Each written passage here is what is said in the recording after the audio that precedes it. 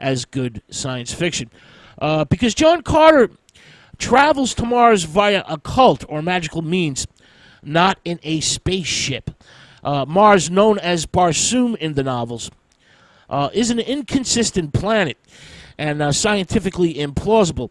The books are immensely popular nonetheless and have little or nothing to do with conventional science fiction virtues, but depend on storylines that are malleable as dreams, exotic, erotic, dangerous, and eternal. I will go into much further detail about the Mars Barsoom series of books in the upcoming second part of our program coming next week. Let's get to the Tarzan saga, which begins in serialized form in 1912. Burroughs receives a $700 paycheck for Tarzan of the Apes, which is published in book form 2 years later in 1914. Tarzan is as dreamlike as the Mars Barsoom series, and highly influenced by H. Rider Haggard's Alan Quatermain and She novels, as well as Rudyard Kipling's Jungle Books. Africa as sheer fantasy. Now, H. Rider Haggard, for those of you who don't know, set the central model or pattern for the Lost World, Lost Race subgenre. He was a gifted storyteller with a powerful imagination and the ability to create memorable and heroic figures. Haggard submerged his potent female supremacist, male submissive sexuality in remote venues. This repressed libidinousness then becomes almost explicit. Haggard's tales of love and death, immortality and reincarnation feature a series, a sense of the longing for that which has been lost. Edgar Rice Burroughs' Africa is like Haggard's Africa, sheer fantasy, and not governed at all by any type of reality principle.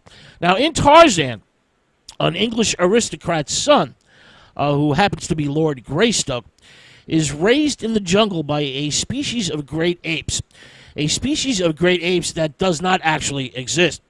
Tarzan becomes immensely popular from the start, a folk hero, known and loved all around the world.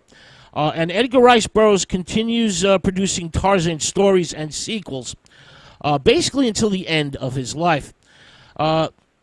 These books are unashamedly fantastic adventures in which the jungle lord discovers lost cities, runs into living dinosaurs, and even visits the core of the earth.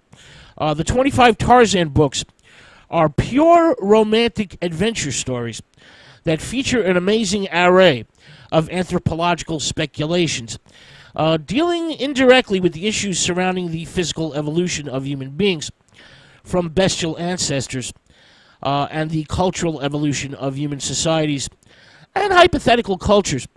The great apes in science fiction / fantasy are proto-human races and a close cousin to humanity, with an intimate and inevitable connection between the development of evolutionary philosophy and the history of fantasy and science fiction.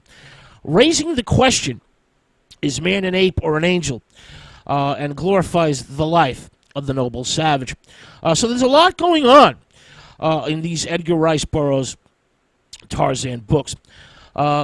This is essentially, Tarzan's essentially a surreal, pastoralic fantasy in which a simple and natural way of life is contrasted with our complex, technological, and, anxiety-ridden urban universe.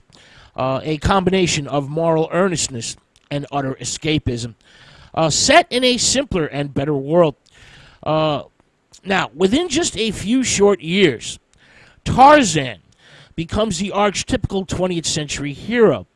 Tarzan has the freedom of action, an affinity with animals, and an almost innocent capacity for violence.